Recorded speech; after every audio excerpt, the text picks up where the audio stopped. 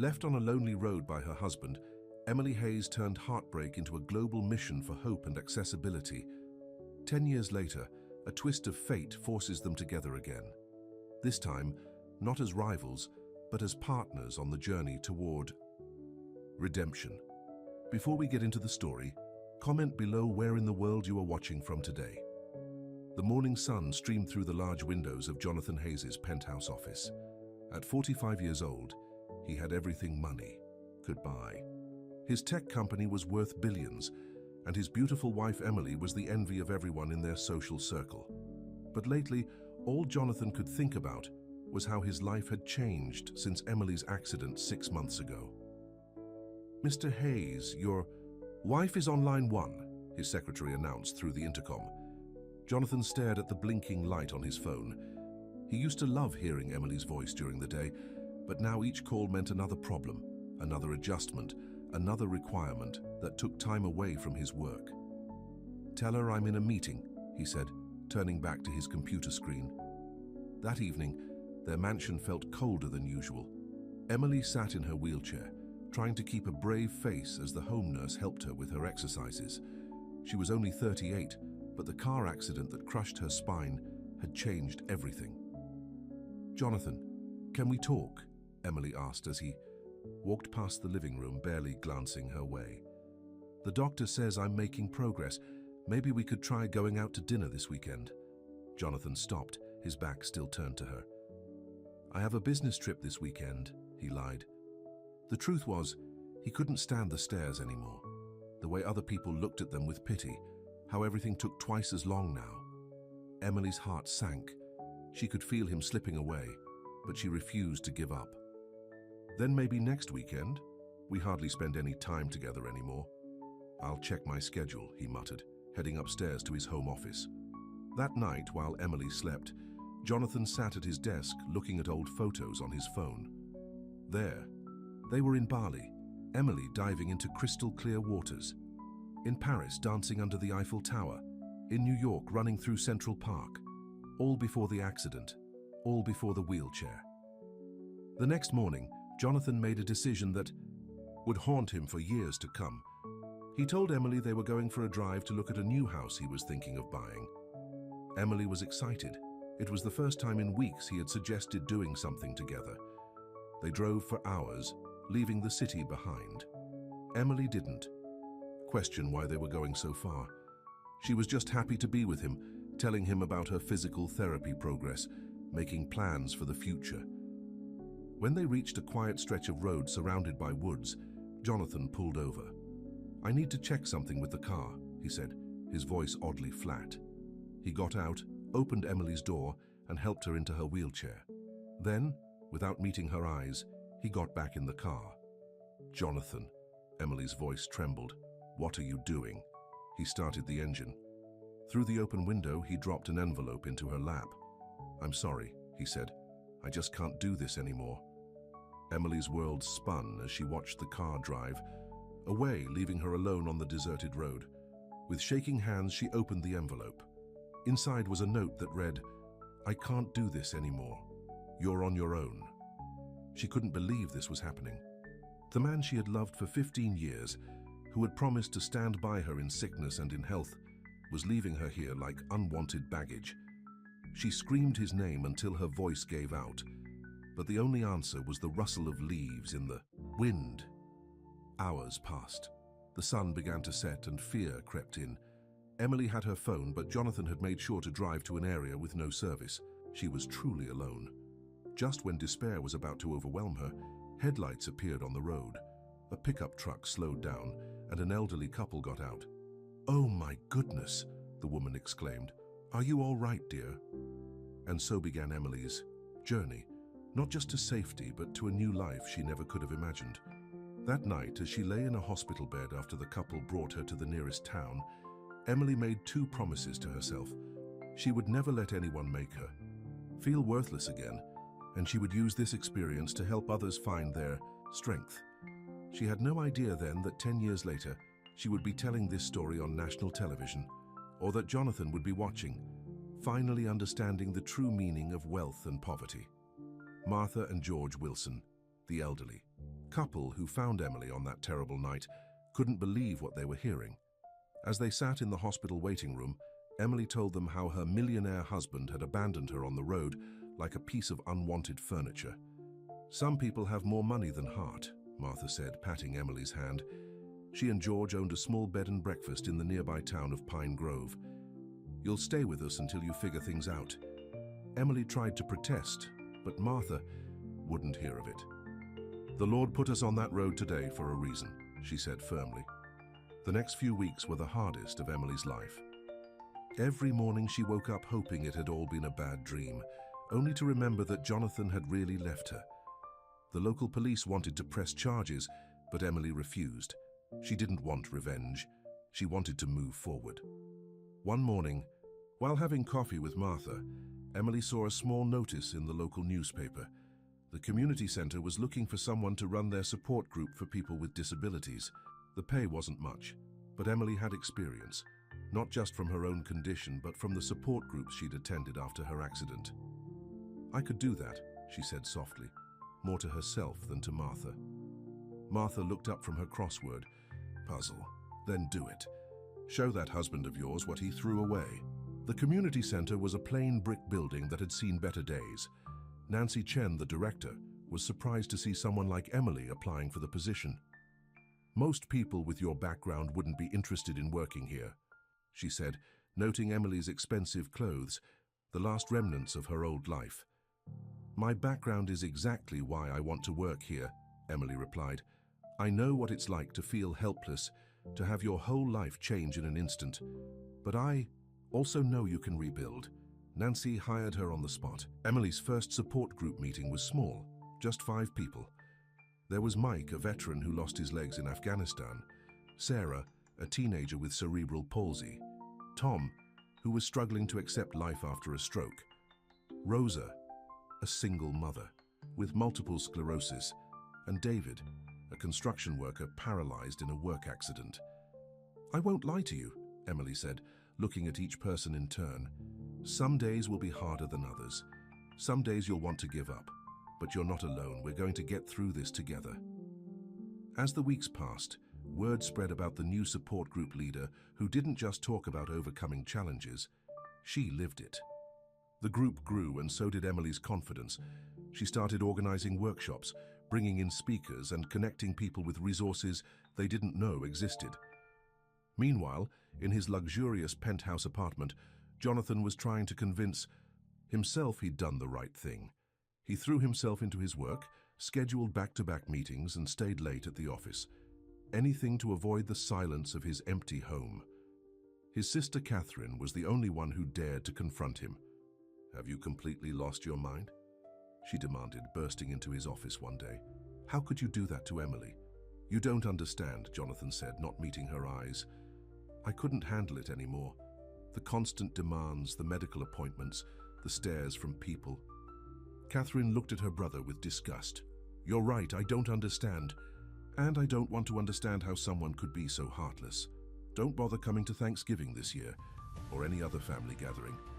You're not the brother I thought I knew." Back in Pine Grove, Emily was too busy to think about Jonathan. The community center had become her second home. She used her business skills, the ones that had made her a successful event planner before the accident, to organize fundraisers. Soon, they had enough money for new equipment and programs. Martha and George became like parents to her, and their bed and breakfast became her home. She learned to cook from Martha, helped George with the bookkeeping, and slowly began to heal, not just from Jonathan's betrayal, but from the shame and self-doubt that had plagued her since the accident one. Year after being abandoned on that lonely road, Emily stood in front of a mirror in her small but cozy room at the bed and breakfast. Around her neck was the silver locket Jonathan had given her on their first anniversary. She'd kept it all this time, not out of sentiment, but as a reminder. "Time to let go," she whispered, unclasping the necklace. But as she held it, ready to drop it in the trash, she stopped. No, she would keep it, not as a reminder of Jonathan's betrayal, but as a symbol of her own strength. She had survived, she had rebuilt her life, and she was just getting started. Little did she know that 5 years later, This simple silver locket would catch the light of television cameras as she shared her story with millions of viewers, including the man who had once thought she was a burden too heavy to bear. 5 years after Emily started working at the Pine Grove Community Center, her support group had grown into something much bigger. The New Beginnings Foundation now helped hundreds of people with disabilities across 3 states. Emily had turned her pain into purpose, and everyone could see it. "You should be proud of yourself," Nancy Chen said, looking around at their new office building. They just moved out of the old community center into a real headquarters. "Look, how far you've come from that first tiny support group." Emily wheeled herself over to the window, taking in the view of the busy street below. "We're just getting started," she said with a smile. "Did you see the letter from the State Department of Health? They want us to develop programs for all their rehabilitation centers." Meanwhile, in New York, Jonathan Hayes' perfect world was starting to crack. His company, Hayes Technologies, was losing major contracts. His newest products were failing. Nothing seemed to work anymore. "The board is getting nervous," his executive assistant Robert warned him one morning. "Our stock price has dropped 30% in the last year." Jonathan barely heard him. He'd been distracted lately, making bad decisions, second-guessing himself. The truth was, he couldn't stop thinking about Emily. Every time he saw someone in a wheelchair, his stomach twisted with guilt. His new girlfriend, Vanessa, a model 20 years younger than him, didn't help matters. She spent his money like water, but gave him nothing but headaches in return.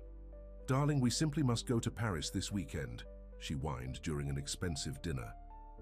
"The Fashion Week parties are absolutely essential for my career." Jonathan looked at her perfect face and felt nothing but emptiness. He remembered how Emily used to make him laugh, how she'd been his partner in every way that mattered. Vanessa just wanted his credit cards. Back at the New Beginnings Foundation, Emily was meeting with her team about their biggest project yet, a national awareness campaign about accessibility and employment. "The TV networks are interested," said Maria, their PR director. "They want you to tell your story, Emily. They think it could inspire millions." Emily touched the silver locket she still wore. "I don't know. That would mean talking about everything." Sarah, the teenager with cerebral palsy, who'd been in Emily's first support group and now worked as her assistant, spoke up. "Maybe that's exactly why you should do it. Show others they can survive anything." After much thought, Emily agreed to do one television interview on the country's most popular morning show, Dawn with Diana. She had no idea that this decision would change everything. Again. The morning of the interview, Emily was nervous but ready. She'd chosen a simple blue dress that brought out her eyes, and her silver locket caught the studio lights as Diana Matthews, the famous host, welcomed her viewers. "Today we have an extraordinary woman with us," Diana began. 10 years ago, Emily Hayes was abandoned on a deserted road by her millionaire husband because she was in a wheelchair. Today she runs one of the country's most successful foundations, helping people with disabilities. "Emily, tell us your story." In his Manhattan penthouse, Jonathan was half listening to the TV while getting ready for another difficult day at the office. But when he heard Emily's name, he froze. There she was on his giant TV screen, looking more beautiful than he remembered. She was smiling, confident, radiating strength. And around her neck, was that the locket he'd given her all those years ago? "It wasn't easy," Emily was saying on TV. "Being left on that road, I felt worthless. But then I realized something. My worth didn't depend on anyone else. My disability didn't define me. And maybe, just maybe, what happened to me could help others find their strength too." Jonathan sank into his leather armchair, unable to take his eyes off the screen. As Emily described building her foundation, helping others, creating a new life, he felt the full weight of what he'd thrown away. "If you could say something to your ex-husband now, what would it be?" Diana asked. Emily touched her locket and smiled. "I would thank him," she said, surprising everyone.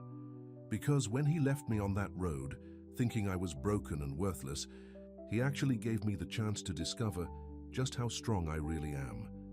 In his penthouse, Jonathan put his head in his hands and wept for the first time in years.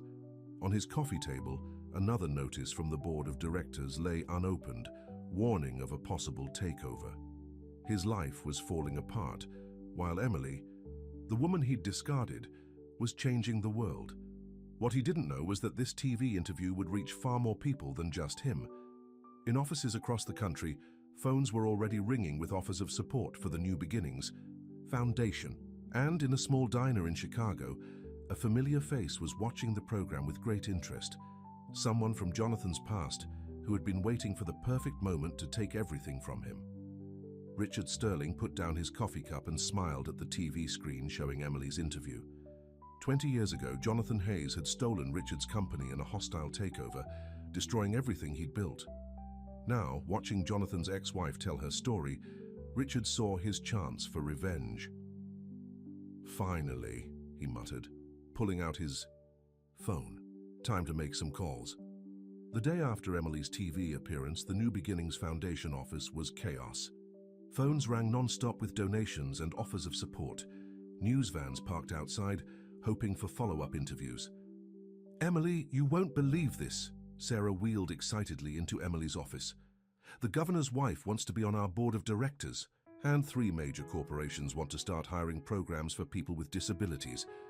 Emily smiled, but her mind was elsewhere.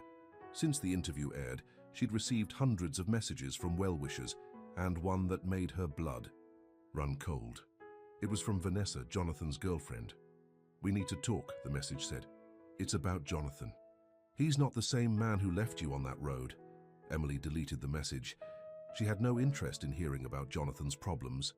But later that night, alone in her apartment above the Foundation's offices, she found herself thinking about him. The look in his eyes that day on the road, she'd never understood it. Not until she saw his face splashed across the business section of the newspaper a few months ago, announcing another failed project. Meanwhile in New York, Jonathan was falling apart. After seeing Emily on TV, he couldn't focus on anything else. He missed 3 important meetings. He snapped at his staff. Even Vanessa noticed something was wrong. "Johnny, darling," she said, draped across his couch in a designer dress that cost more than most people's monthly salary. "You've barely said a word all week. Is this about that woman on TV, your ex?" "Her name is Emily," Jonathan said sharply, "and you wouldn't understand." "Try me," Vanessa said, sitting up. "Because your board of directors called me. They're worried about you. They think you're losing it." Before Jonathan could respond, his phone buzzed. It was Robert, his assistant, with devastating news. Someone was buying up shares of Hayes Technologies through shell companies. They were planning a hostile takeover. "It's happening late Friday," Robert said. "Word is it's Richard Sterling behind it. He's back." Jonathan felt the floor drop out from under him. Richard Sterling, the man whose company he'd stolen all those years ago. The man who'd sworn to destroy him. Across town, Richard Sterling sat in his temporary office, looking out at the Manhattan skyline. On his desk were 2 photos, one of Jonathan Hayes, cut from a magazine, and one of Emily from her TV interview. "Get me everything you can on the New Beginnings Foundation," he told his assistant. "I want to know every detail about Emily Hayes' operation." "Sir?" His assistant looked confused. "I thought we were focusing on Hayes Technologies." Richard smiled coldly. "The best revenge isn't just taking everything from your enemy, it's making them watch as you give it all to the person they hurt the most." Back at the Foundation, Emily was meeting with her board about expanding their programs when Maria burst in. "Emily, you need to see this."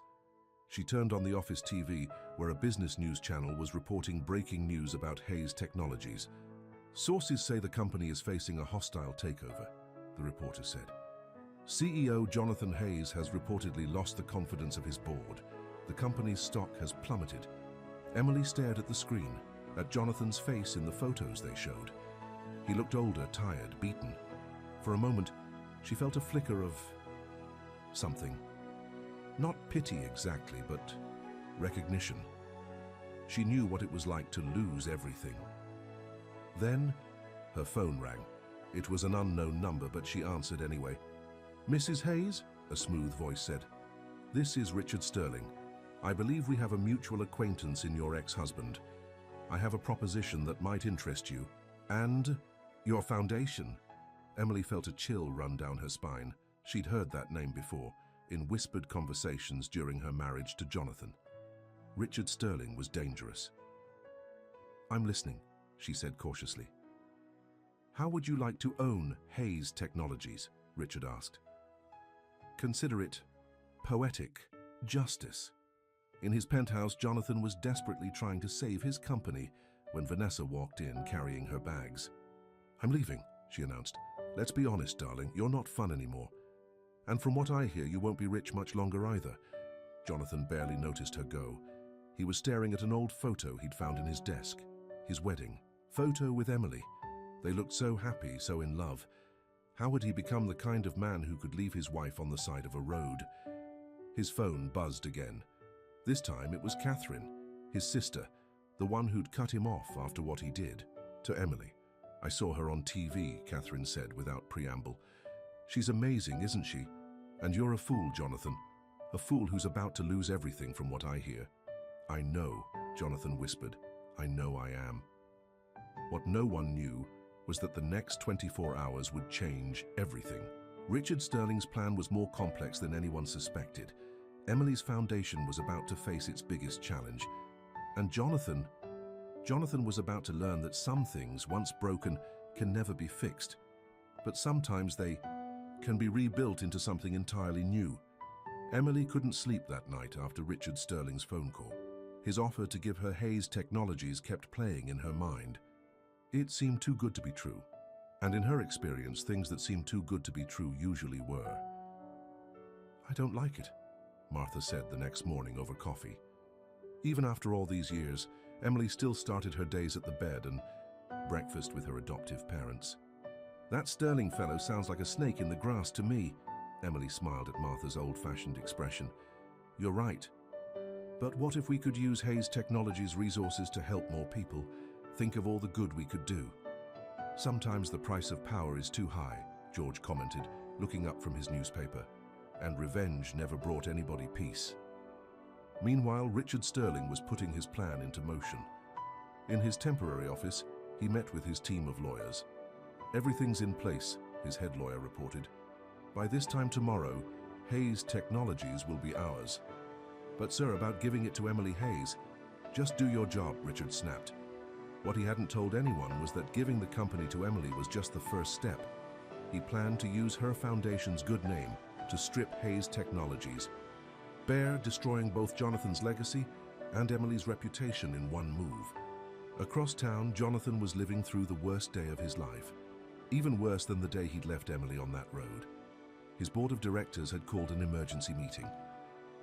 "The numbers don't lie, Jonathan," the board chairman said. "We're losing everything. And now we hear Richard Sterling is making a move." "Give me 24 hours, Jonathan begged. "I can fix this." But as he left the meeting, he knew he was lying. He couldn't fix this, just like he couldn't fix what he'd done to Emily. Speaking of Emily, she was having her own crisis at the foundation. News of Sterling's interest in Hayes Technologies had leaked to the press, and reporters were hounding her for comments. "Is it true you're taking over your ex-husband's company? Are you working with Richard Sterling? Is this revenge for being abandoned?" Sarah helped Emily wheel through the crowd of reporters into the foundation's building. "You don't owe them any answers," she said fiercely. But Emily knew she owed herself an answer. What kind of person did she want to be? The kind who took revenge, or the kind who rose above it? She was about to find out, because at that moment her secretary rushed in. "Emily, you need to see this. Richard Sterling is holding a press conference." On the TV, Richard Sterling stood at a podium, looking every inch the successful businessman. But Emily saw something cold in his eyes that made her shiver. "Hayes Technologies has lost its way under Jonathan Hayes," Sterling was saying. "But I have a plan to restore it to glory. So I'm pleased to announce that after the takeover, I'll be transferring control of the company to the New Beginnings Foundation, under the leadership of Emily Hayes."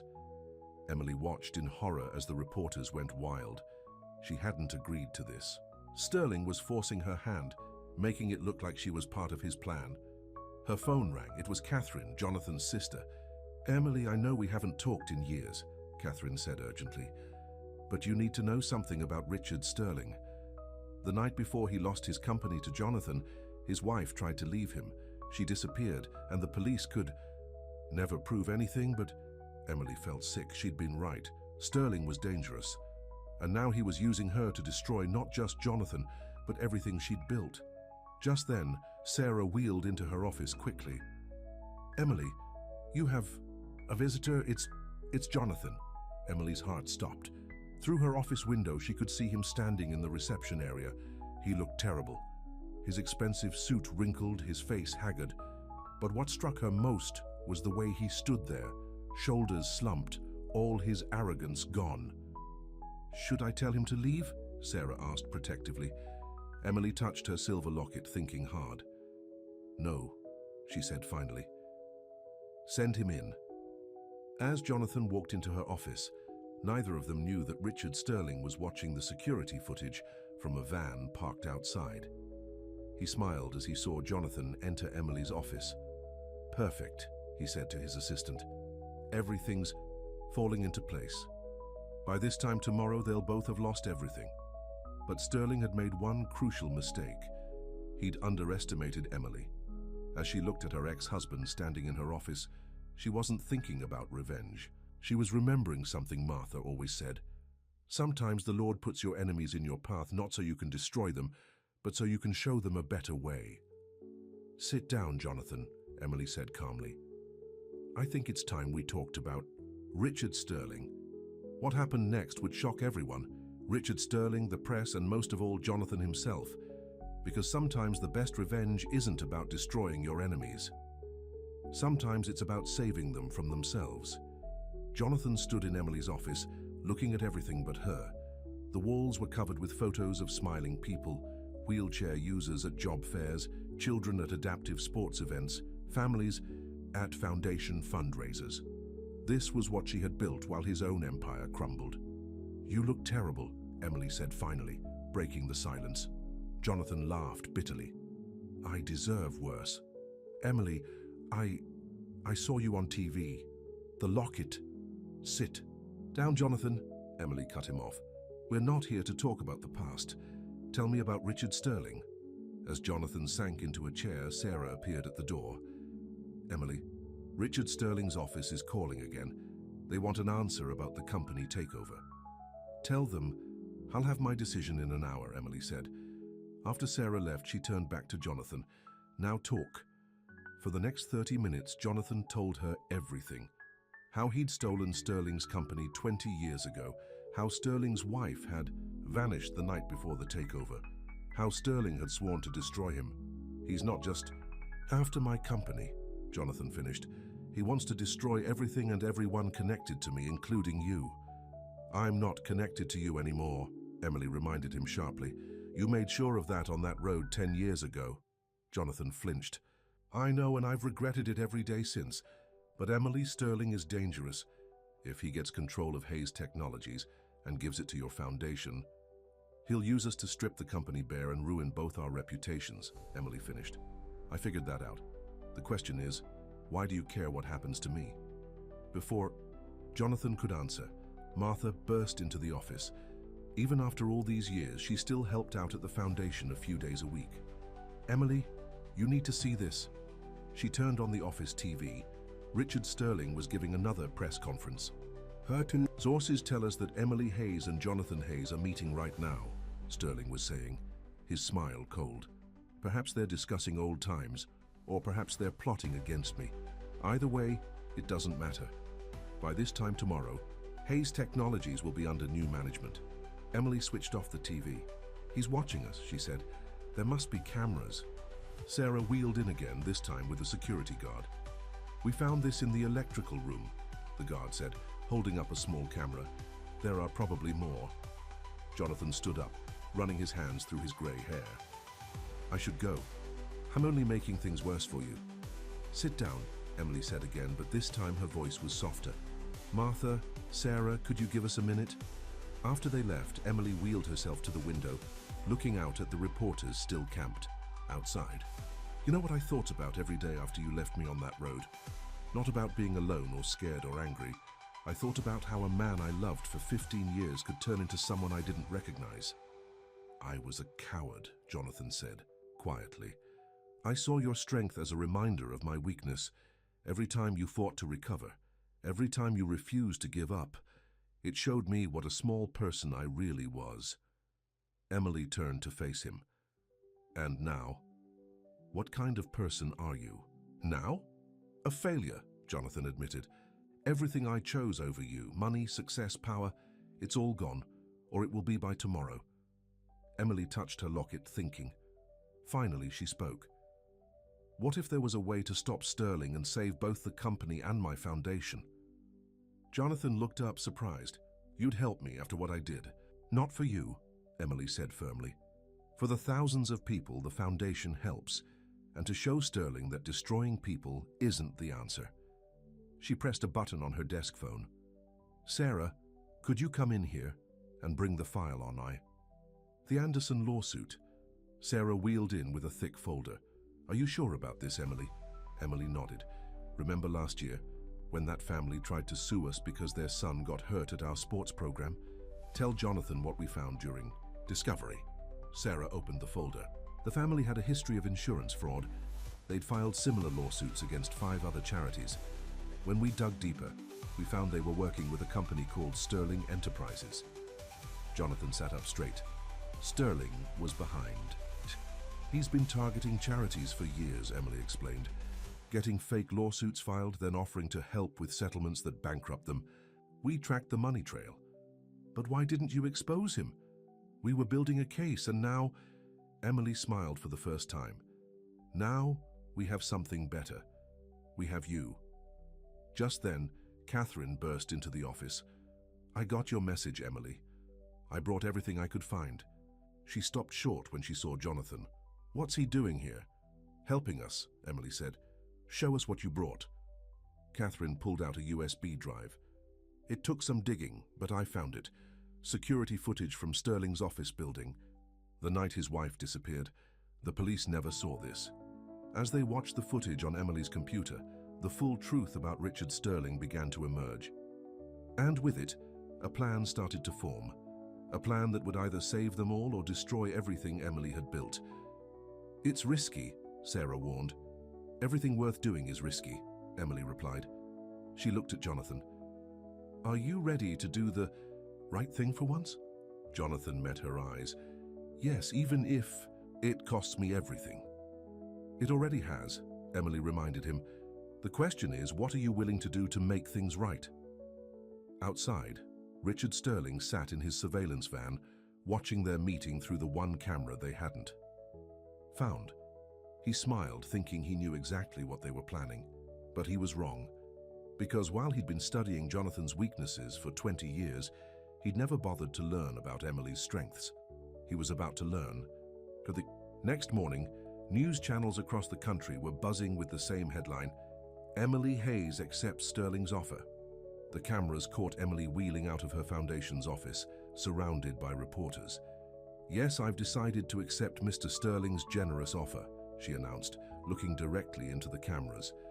The New Beginnings Foundation will take control of Hayes Technologies once the takeover is complete.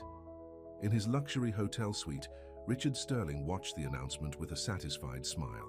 Everything was going according to plan. He picked up his phone to call his lawyers, but before he could dial, it rang. Mr. Sterling, it was Emily. I think we should meet in person to discuss the details. Just you and me. Sterling's smile widened. Of course, my dear. Shall we say noon at the Hayes Technologies building? We can sign the papers there, make it official. What Sterling didn't know was that in Emily's office, Jonathan and Catherine were listening to the call on speakerphone. As soon as Emily hung up, Catherine started making calls of her own. The detective from Sterling's wife's case is on his way, she reported, and I've got the TV station standing by. Jonathan paced nervously. Emily, you don't have to do this. Sterling is dangerous if anything happened to you, and now you're worried about my safety. Emily's voice was sharp. A little late for that, don't you think? The hurt in Jonathan's eyes made her regret her words, but there wasn't time for apologies. They had work to do. At the Hayes Technologies building, the board of directors was gathering for what they thought would be the final takeover meeting. Sterling had arranged everything. The papers were ready. The press was waiting outside. What no one expected was Martha and George showing up at the front entrance. "We're here to see Emily Hayes," Martha announced to the security guard. "We're her parents." The guard looked confused. According to his list, Emily wasn't supposed to arrive for another hour. But how could he turn away an elderly couple who seemed so harmless? Up in the executive boardroom, Sterling was reviewing his plans one last time when his assistant burst in. "Sir, there's something you need to see," she said, turning on the TV. On the screen was a breaking news report. The headline read, "New evidence in disappearance of Patricia Sterling." Sterling's face went white as he watched Catherine Hayes standing outside a police station holding up a USB drive. "This security footage shows what really happened the night Patricia Sterling disappeared," Catherine was saying. "And it wasn't what her husband told the police." Sterling grabbed his phone to call his lawyers, but the lines were dead. In fact, all the phones in the building were dead, and the elevators had stopped working. Down in the lobby, Martha was chatting with the security guards, keeping them distracted while George accidentally spilled his coffee on the security desk's electronics. "Oh my, I'm so sorry," George said, dabbing at the equipment with his handkerchief. "Let me help clean that up." Outside, news vans were arriving in droves, but not for the takeover announcement Sterling had planned. They were there because of Catherine's revelation about Patricia Sterling. At exactly noon, Emily arrived, but she wasn't alone. With her was Detective Michael Rodriguez, the original investigator from Patricia Sterling's disappearance case, and Jonathan. "Mr. Sterling," the detective called out as they entered the boardroom, "I believe we need to have a conversation about your wife." Sterling looked around wildly. His escape routes were blocked. The phones were dead.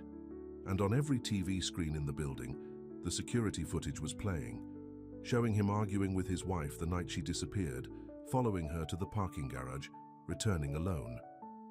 "You set me up," he snarled at Emily. "No, Richard," Emily said calmly. "You did that yourself. Just like Jonathan set himself up for failure when he abandoned me. The difference is Jonathan's trying to make things right. You're still trying to destroy people." As the detective moved to arrest Sterling, the board members watched, in shock. Everything they'd been about to sign over to him would have been worthless. Sterling had planned to bankrupt the company and the foundation, leaving nothing but destruction in his wake. "The takeover is off," the board chairman announced. "Hayes Technologies stays under current management." But Jonathan stepped forward. "No," he said, "I have a better idea." He walked over to Emily, looking more humble than anyone had ever seen him.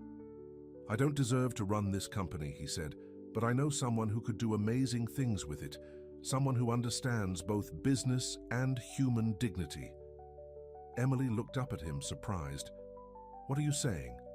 "I'm saying that Hayes Technologies should work with the New Beginnings Foundation, not under Sterling's plan, but as a true partnership. Help me turn this company into something that matters." As Sterling was led away in handcuffs, still shouting threats, Emily felt tears in her eyes. Not for Jonathan, or even for their victory over Sterling, but for how far they'd both come from that terrible day on the road. Martha and George appeared in the doorway, smiling proudly at their adopted daughter. Sarah wheeled in behind them, carrying a stack of papers. "I had our lawyers draw these up last night," she said, "just in case things went our way." Emily took the papers, looking at the new proposal for Hayes Technologies. It would become a leader in developing accessible technology, with half its profits going to support disability programs worldwide. "Well?" Jonathan asked softly. "Will you help me fix what I broke? Not us. I know that's beyond repair, but maybe we can build something new, something better." Emily touched her locket one last time, then unclasped it. "Something new," she agreed, setting the locket aside. "But this time, we do it my way." As reporters crowded outside, eager to hear about both Sterling's arrest and the company's future, Emily realized that sometimes the best revenge really isn't revenge at all. Sometimes it's showing people a better way, even the people who hurt you the most. The morning after Sterling's arrest, every newspaper in the country carried the same story. "Sterling arrested for wife's disappearance," screamed one headline. "Hayes Technologies and New Beginnings Foundation join forces," declared another. Emily sat in her office surrounded by newspapers when Sarah wheeled in with her morning coffee. "You haven't slept, have you?" Sarah asked, noting the dark circles under Emily's eyes. "Too much to do," Emily replied, shuffling through papers. "The merger paperwork, the press statements, the new project proposals, and nothing to do with seeing Jonathan every day." Sarah raised an eyebrow. Before Emily could answer, Catherine burst in waving her phone. "You need to see this. They found her. They found Patricia Sterling." Emily and Sarah crowded around Catherine's phone. The news report showed a woman being escorted by police in Arizona. Patricia Sterling, very much alive, had been living under an assumed name for 20 years. "She ran away that night," Catherine read from the article. "She knew what Richard was planning with the company takeover and couldn't stop him. So she disappeared before he could silence her. Just like he tried to silence us," Emily said quietly. Meanwhile, across town, Jonathan sat alone in his penthouse, staring at the divorce papers he'd found while cleaning out his desk. He'd never filed them after abandoning Emily. One more act of cowardice. His phone buzzed with a message from Vanessa. "Darling, now that everything's settled, when should I come home?" Jonathan deleted the message without responding. Home. He hadn't had a real home since the day he left Emily on that road. The elevator dinged, and Martha walked in, carrying a casserole dish. She'd insisted on having a key to check on him. After everything that happened. "You look like you haven't eaten in days," she scolded, setting the dish down. "Can't run a company if you starve to death." "I'm not running the company anymore," Jonathan reminded her. "Emily is." "With you?" Martha corrected. "As partners, now eat." As Jonathan ate his first home-cooked meal in years, Martha watched him with knowing eyes. "You still love her, don't you?" Jonathan put down his fork. "Doesn't matter. I destroyed any chance of—" "Let me tell you something about love," Martha interrupted. "Real love isn't about chances. It's about choices. Every day you choose to be better, to do better. Emily taught me that." Back at the foundation, Emily was meeting with the Hayes Technologies board of directors. The old men in expensive suits looked uncomfortable in the wheelchair-accessible conference room. "Miss Hayes," the chairman began, "while we appreciate your vision for the company—" "Mrs. Hayes," Emily corrected firmly, "and I don't need your appreciation. I need your cooperation. Hayes Technologies has the resources to change millions of lives. Are you with me or not?" One by one, the board members nodded. They'd seen enough in the past few days to know not to underestimate Emily Hayes. After the meeting, Emily wheeled herself to what used to be Jonathan's office. It still had his things, family photos, awards, the trappings of his old life. As she looked around, she noticed something odd on his desk. It was their divorce papers, never filed, with a note in Jonathan's handwriting. "My biggest mistake wasn't leaving you that day. It was thinking I could ever live without you." Emily's hands shook as she read the words. Behind her, a familiar voice spoke softly. "I wrote that the day I saw you on TV," Jonathan said from the doorway. "I didn't know if I'd ever get to tell you." Emily turned to face him. "Why are you here, Jonathan? The office is closed." "I'm clearing out my things," he said, gesturing to a box. "Making room for the new CEO." "You don't have to leave completely," Emily said. "We agreed to work together on this." Jonathan stepped into the office, looking older and more vulnerable than she'd ever seen him. "I've been talking to a therapist," he said suddenly, "trying to understand why I did what I did, not just to you, but to myself." Emily waited, watching him struggle with the words. "I was raised to believe that success meant never showing weakness," he continued. "When you got hurt, when you needed help, I couldn't handle it. Not because of you, but because of what it showed me about myself." "And now?" Emily asked. "Now I know that real strength isn't about never needing help. It's about having the courage to ask for it." He paused. "Like I'm asking now. Help me make this company into something good, Emily. Not for me, not even for us, but for all the people we could help.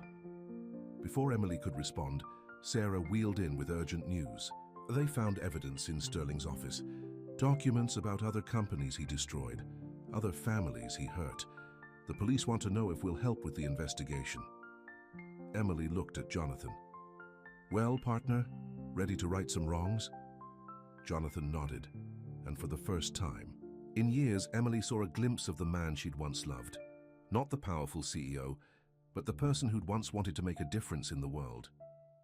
As they began planning how to help Sterling's other victims, neither of them noticed Martha watching from the doorway with a satisfied smile.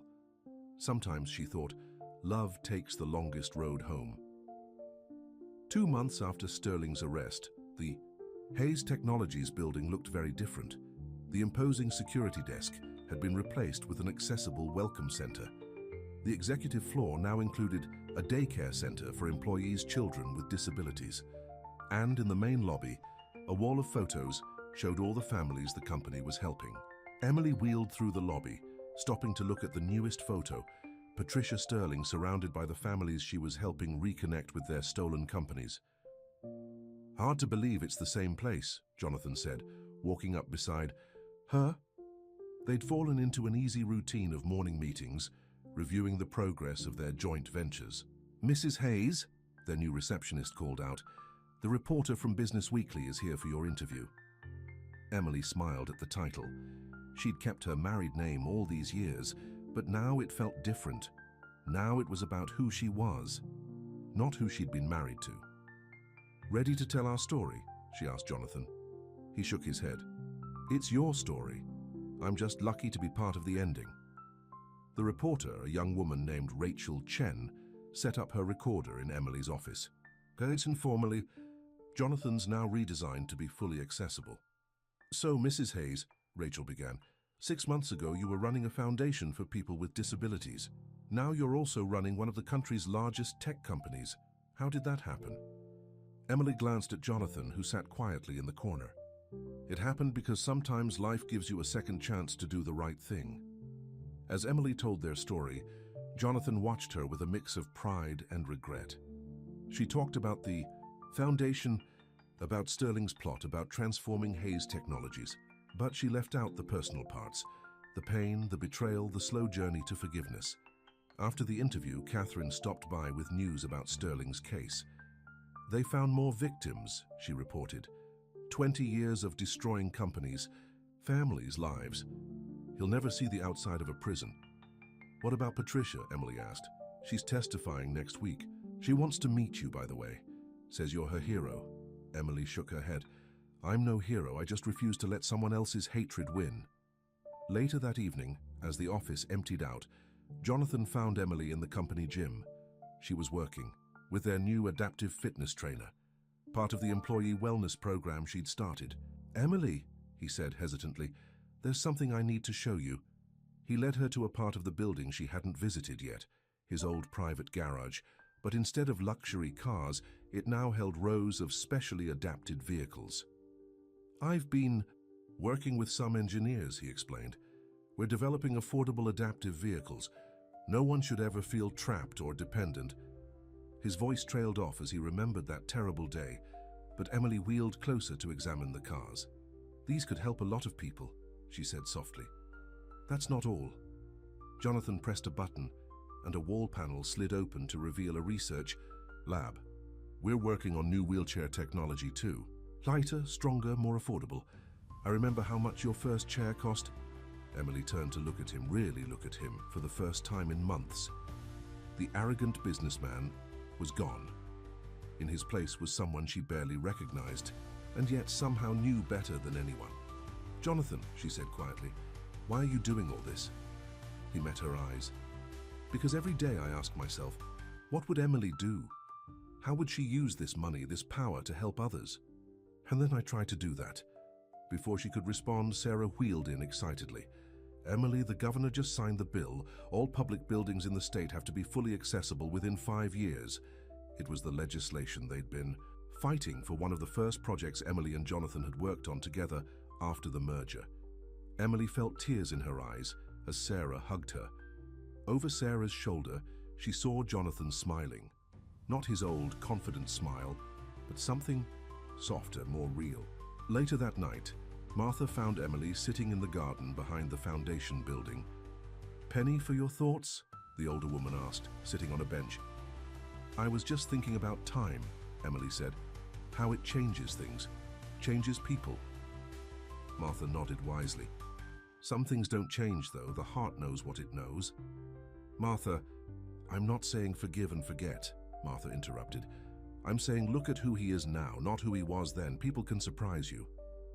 As if on cue, they heard Jonathan's voice calling from inside. "Emily, the Tokyo office is on the line. They want to talk about expanding the adaptive technology program to Japan." Emily smiled at Martha. "Duty calls." Martha watched her wheel away, remembering the broken woman they'd found on that road 10 years ago. Now Emily was strong, successful, and finally healing. And Jonathan, well, Martha had seen how he looked at Emily when he thought no one was watching. Sometimes, Martha thought, the longest journeys end right where they began, but with a whole new understanding of the road home. 1 year to the day after Richard Sterling's arrest, Emily sat in front of her mirror, getting ready for the biggest night of her career. The New Beginnings Foundation was holding its 10th anniversary gala, and everyone who mattered would be there. "You look beautiful," Martha said, helping Emily with her necklace. Not the old silver locket, but a new pendant shaped like a key. "The key to the future," Jonathan had said when he gave it to her last week. "Because you showed me the way." "Are you sure about tonight?" Sarah asked, adjusting Emily's dress. "Going public with the whole story?" Emily nodded. "People need to hear it, all of it." Across town, Jonathan stood in his penthouse staring at his reflection. The past year had changed him in ways he never expected. The business magazines called it the Hayes Miracle, how a failing company had transformed into a leader in accessible technology. But Jonathan knew the real miracle was much more personal. His phone buzzed with a text from Catherine. "Ready for tonight, big brother. No running away this time." The gala was being held at the Hayes Technologies building, now fully renovated to be the most accessible corporate headquarters in the country. As Jonathan walked into the transformed lobby, he could hardly believe it was the same place where he'd once built his empire of greed. The guest list was a who's who of business and philanthropy, but the real VIPs were the families. Hundreds of people whose lives had been touched by the foundation and the company's new mission. Patricia Sterling was there too, standing proudly, with her new husband. After testifying against Richard, she'd started her own organization helping people rebuild after financial fraud. "Emily inspired me," she told reporters. "She showed me that survival isn't enough. You have to help others. Survive too." At exactly 8 o'clock, Emily wheeled onto the stage. The crowd fell silent as she began to speak. 10 years ago, I found myself alone on a deserted road," she began. "My husband had just driven away, leaving me with nothing but a cruel note and a broken heart." In the audience, Jonathan listened, tears in his eyes. They'd agreed, no more, hiding from the truth. "That day I thought my life was over," Emily continued, "but I was wrong. It wasn't an ending. It was a beginning. The beginning of discovering who I really was, what I was capable of." She told them everything, finding Martha and George, starting the support group, building the foundation. And then she told them about Sterling's plot, about second chances, about transformation. "Tonight we're announcing something new," she said, "the Hayes-Wilson Accessibility Initiative." She smiled at Martha and George, who beamed with pride at hearing their name. $10 billion, dedicated to making the world accessible to everyone, not just buildings and technology, but opportunities, dreams, futures. Jonathan stepped onto the stage then, and a murmur went through the crowd.